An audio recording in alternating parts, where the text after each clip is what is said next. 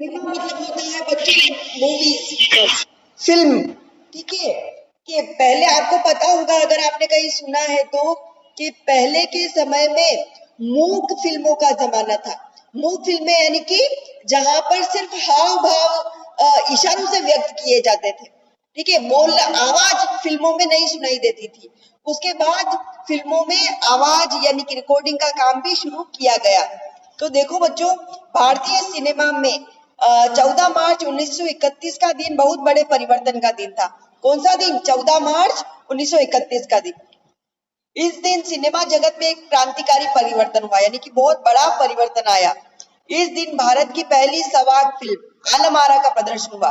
तो पहली ऐसी मूवी जिसमें आवाज भी साथ में थी, ऐसी फिल्म का नाम था आलम आरा। उसका प्रदर्शन 14 मार्च 1931 को किया गया। इस समय मूक फिल्मों की सफलता का दौर अपने चरम पर था। यानी कि जब फिल्मों में आवाज नहीं थी ना, तब भी फिल्में उतनी ही फेमस हुआ करती थी। लेकिन जब फिल्मों में आवाज को और जोड़ दिया गया, तो फिर तो उसकी प्रसिद्धि का ठिकाना ही नहीं रहा। तो आपको ये याद रखना पड़ेगा, पहली हिंदी सवाक प्रदर्शित फिल्म कौन सी थी, यानी कि आवाज वाली मूवी कौन सी थी, तो आलम आरा थी, जो 14 मार्च 1931 को प्रदर्शित हुई थी। अब चैप्टर देखना बच्चों। वे सभी सजीव हैं, सांस ले रहे हैं, 100% बोल रहे हैं, 78 मुर्दा इंसान जिंदा हो गए, इनको बोलते बातें करते देखो। देश की पहली सवाक फिल्म आलम आरा के पोस्टरों पर विज्ञापन की ये पंक्तियां लिखी हुई थी। बच्चों आपने देखा होगा, जब फिल्म को रिलीज किया जाता है, तो रिलीज होने से पहले कितने ट्रेलर्स आते हैं टीवी पर। अपन ने देखा होगा, आपने ट्रेलर देख के तो अपन मूवी सेलेक्ट करते हैं और फिर मूवी देखने जाते हैं। तो पहले ट्रेलर नहीं हुआ करते थे, पहले दीवारों पर पोस्टर चिपकाया कर जाता था। तो पोस्टर के ऊपर हीरो हीरोइन का फोटो होता था, उस मूवी का नाम होता था। लेकिन जब आलम आरा को प्रदर्शित किया जाना था, तो उस समय उस मूवी को प्रदर्शित करने से या थिएटर तक रिलीज करने से पहले उस मूवी पर जो विज्ञापन पोस्टर बनाए गए थे, उस विज्ञापन पोस्टर पर क्या लिखा हुआ था? वे सभी सजीव हैं, सांस ले रहे हैं, 100% बोल रहे हैं, 78 मुर्दा इंसान जिंदा हो गए, उनको बोलते बातें करते देखो। ये विज्ञापन की लाइनें उन पर लिखी हुई थी।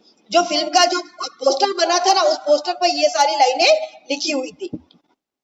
देश की पहली सवाक बोलती फिल्म आलम आरा के पोस्टरों पर विज्ञापन की ये पंक्तियां लिखी हुई थी। 14 मार्च 1931 की वह ऐतिहासिक तारीख भारतीय सिनेमा में बड़े बदलाव का दिन था। यानी भारतीय सिनेमा में पहले तो मूक फिल्में बनती थी, उसके बाद आवाज आने वाली फिल्मों को बनाया जाने लगा। इसी दिन पहली बार भारत के सिनेमा ने बोलना सीखा था। समझ में आया ना? भारत में फिल्मों में आवाज यानी कि आवाज आना तभी से शुरू हुआ, आलम आरा मूवी के बाद से। हालांकि वह दौर ऐसा था जब मूक सिनेमा लोकप्रियता के शिखर पर था। पहली बोलती फिल्म जिस साल प्रदर्शित हुई, उसी साल कई फिल्म मूक फिल्में भी विभिन्न भाषाओं में बनी, मगर बोलती फिल्म का नया शुरू हो गया था। अब यूं नहीं कि मूक फिल्में बनना बंद हो गई थी, मूक फिल्में भी बन रही थी, लेकिन आवाज आने वाली फिल्मों का अब बनना शुरू हुआ था। पहली बोलती फिल्म आलम आरा बनाने वाले फिल्मकार थे अर्देशीर एम ईरानी। तो आपको ये याद रखना है बच्चों, पहली बोलती फिल्म कौन सी थी? आलम आरा। ये कब प्रदर्शित की गई? तो ये 14 मार्च 1931 को प्रदर्शित की गई। ठीक है, और इसके निर्देशक कौन थे? तो इसके निर्देशक थे अर्देशीर एम ईरानी। ठीक है, अर्देशीर ने 1929 में हॉलीवुड की एक बोलती फिल्म शो बोट देखी और उनके मन में बोलती फिल्म बनाने की इच्छा जागी। फारसी रंगमंच के एक लोकप्रिय नाटक को आधार बनाकर उन्होंने अपनी फिल्म की पटकथा बनाई। अब पहले तो जो अर्देशीर एम ईरानी जो थे, इस फिल्म के निर्देशक जो थे, उन्होंने एक विदेशी फिल्म देखी। विदेशी फिल्म बोलती फिल्म थी, यानी कि उसमें से आवाज आ रही थी। तो इन्होंने भी देखा कि क्यों ना भारत में भी ऐसी मूवी बनाई जाए जिसमें से आवाज आती हो। तो उन्होंने ऐसी आने वाली फिल्म बनाने का निश्चय किया। अब मूवी बनानी है, फिल्म बनानी है, तो उसके लिए कहानी भी तो होनी चाहिए। तो एक पारसी नाटक था, उसी की कहानी को इन्होंने अपनी फिल्म में लिया। इस नाटक के कई गाने जो के त्यों फिल्म में ले लिए गए। एक इंटरव्यू में अर्देशीर ने उस वक्त कहा था, हमारे पास कोई संवाद लेखक नहीं था, गीतकार नहीं था, संगीतकार नहीं था, इन सब की शुरुआत होनी थी। अर्देशीर ने फिल्म के गानों के लिए स्वयं की धुनें चुनी। फिल्म के संगीत में महज 3 वाद्य तबला, हारमोनियम और वायलिन का इस्तेमाल किया गया था। आपने कभी स्टेज शो देखा हो बच्चों? तो उसमें कितने सारे पूरी एक फिल्म की गाना गाने वालों की यूनिट होती है पूरी।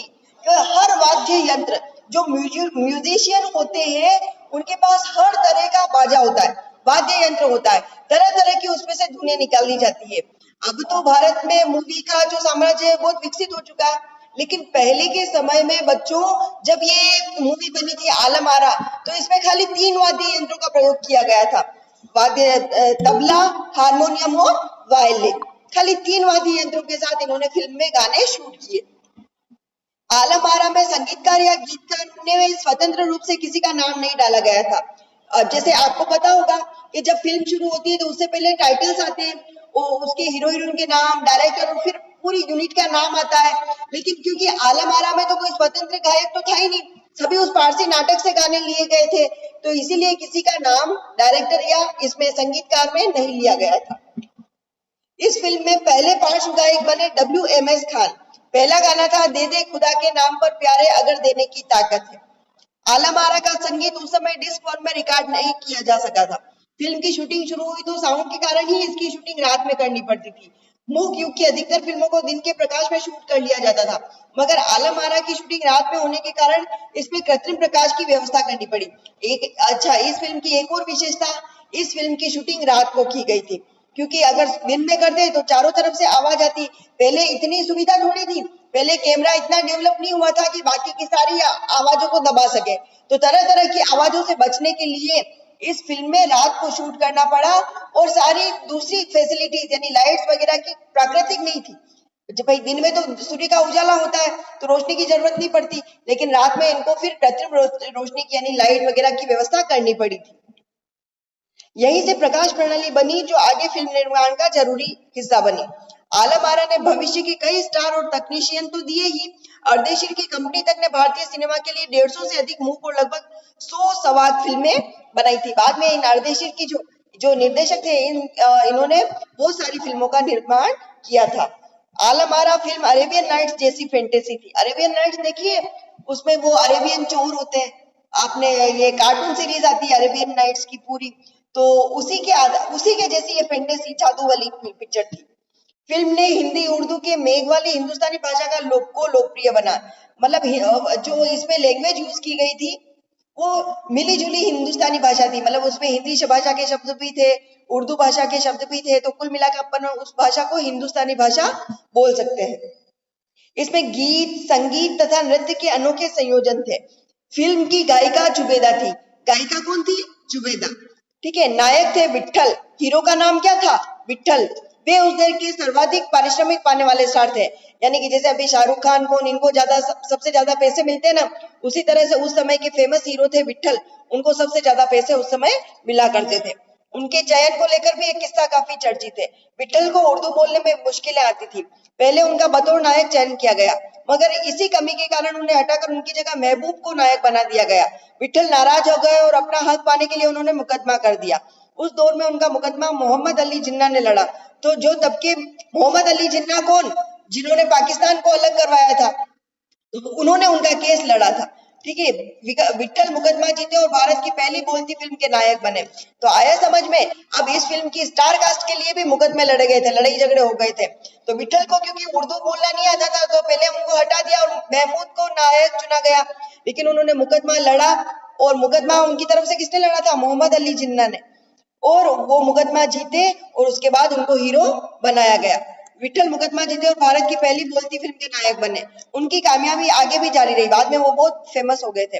मराठी और हिंदी फिल्मों में वे लंबे समय तक नायक और स्टंट मैन के रूप में सक्रिय रहे। इसके अलावा आलम आरा में सोहराब मोदी, पृथ्वीराज कपूर, याकूब, जगदीश सेठी जैसे अभिनेता भी मौजूद रहे, जो आगे चलकर फिल्मोद्योग के प्रमुख स्तंभ बने। यह फिल्म 14 मार्च 1931 को मुंबई के मैजेस्टिक सिनेमा में प्रदर्शित हुई। कब प्रदर्शित हुई थी ये? 14 मार्च 1931 को मुंबई के बॉम्बे में मैजेस्टिक थिएटर में रिलीज हुई थी ये फिल्म। 8 सप्ताह तक हाउसफुल चली, मतलब टिकट ही नहीं मिला था, 8 हफ्तों तक लगातार चलती रही। ठीक है। और भीड़ इतनी उमड़ती थी कि पुलिस के लिए नियंत्रण करना मुश्किल हो जाया करता था। समीक्षकों ने इसे भड़कीली फैंटेसी फिल्म करार दिया था। मगर दर्शकों के लिए ये फिल्म एक अनोखा अनुभव थी। यह फिल्म 10,000 फुट लंबी थी और इसे 4 महीनों की कड़ी मेहनत से तैयार किया गया था। सवाक फिल्मों के लिए पौराणिक कथाओं, पारसी रंगमंच के नाटकों, अरबी प्रेम कथाओं को विषय के रूप में चुना गया। इसके अलावा कई सामाजिक विषयों वाली फिल्में भी बनी। ऐसी एक फिल्म थी खुदा की शान। इसमें एक किरदार महात्मा गांधी जैसा था। इसके कारण सवाक सिनेमा को ब्रिटिश प्रशासकों की तीखी नजर का सामना करना पड़ा। सवाक सिनेमा के नए दौर की शुरुआत कराने वाले, अब ये बात बताऊं मैं कि पुराने जमाने में, अभी तो नई नई स्टोरीज आती है, पुराने जमाने में अधिकतर विषय कौन से होते थे मूवीज के? धार्मिक विषय, ठीक है। और धार्मिक विषयों को या पुराने नाटक कहीं है पढ़ने में आ जाए तो उन नाटकों को ही फिल्म का विषय, फिल्म की कहानी मान लिया जाता था। और इस फिल्म के निर्देशक अर्देशीर इतने विनम्र थे कि जब 1956 में आलम आरा के प्रदर्शन के 25 वर्ष पूरे होने पर उनको सम्मानित किया गया और उन्हें भारतीय फिल्मों का पिता कहा गया, तो उन्होंने इस मौके पर कहा था, मुझे इतना बड़ा खिताब देने की जरूरत नहीं है, मैंने तो देश के लिए अपने हिस्से का जरूरी योगदान दिया है। जब पहली बार सिनेमा ने बोलना सीख लिया, सिनेमा में काम करने के लिए पढ़े लिखे अभिनेता अभिनेत्रियों की जरूरत भी शुरू हुई। क्योंकि देखो, मूक फिल्में बनती थी तो पढ़े लिखे होना जरूरी नहीं था, कोई भी उसमें जिसको एक्टिंग आती वो एक्टिंग कर सकता था। लेकिन अगर बोलने वाली फिल्म है तो उसमें पढ़ा लिखा हीरो हीरोइन भी होना जरूरी है। यस, क्योंकि अब संवाद भी बोलने थे, सिर्फ अभिनय से काम नहीं चलने वाला था। मूक फिल्मों के दौर में तो पहलवान जैसे शरीर वाले, स्टंट वाले, उछल कूद करने वाले अभिनेताओं से काम चल जाया करता था। अब उन्हें संवाद बोलना था और गायन की प्रतिभा की कद्र भी होने लगी थी। इसीलिए आलम आरा के बाद आरंभिक सवा दौर की फिल्मों में कई गायक अभिनेता बड़े पर्दे पर नजर आने लगे थे। हिंदी उर्दू भाषाओं का महत्व बढ़ा। सिनेमा में देह और तकनीक की भाषा की जगह जन प्रचलित भाषाओं का दाखिला हुआ। सिनेमा ज्यादा देसी हुआ। एक तरह की नई आजादी थी जिसे आगे चलकर हमारे दैनिक और सार्वजनिक जीवन का प्रतिबिंब फिल्मों में बेहतर होकर उभरने लगा। अभिनेताओं अभिनेत्रियों की लोकप्रियताओं का असर उस दौर के दर्शकों पर खूब पड़ रहा था। अब तुम्हें पता ही होगा कि जब फिल्में बनती है, फिल्में रिलीज होती है, तो उस फिल्म में अपनाई जाने वाली हर चीज फैशन में आ जाती है। चाहे कपड़े हो, चाहे हेयर कट हो, चाहे रहने सहने की स्टाइल्स हो, चाहे वहां पर यूज की जाने वाली लोकेशंस हो, ये सारी चीजें फेमस हो जाती है। तो इस फिल्म के साथ भी ऐसा ही हुआ था। आलम आरा से जो शुरुआत हुई थी वो बाद में भी आगे चलकर फैशन का रूप बन गई थी। अर्देशीर ईरानी की फिल्मों में भारतीय के अलावा ईरानी कलाकारों ने भी अभिनय किया था। स्वयं आलम आरा भारत के अलावा श्रीलंका, बर्मा और पश्चिम एशिया में भी पसंद की गई, यानी कि इसको विदेशों में भी रिलीज किया गया था। भारतीय सिनेमा के जनक फाल्के को सवाक सिनेमा के जनक अर्देशीर ईरान की उपलब्धि को ही अपनाना था, क्योंकि वहां से सिनेमा का एक नया दौर शुरू हो गया था। ठीक है, तो इस तरह से भारत की पहली बोलती फिल्म बनी थी आलम आरा, और उसी के बाद में भारतीय सिनेमा ने बोलना सीखा।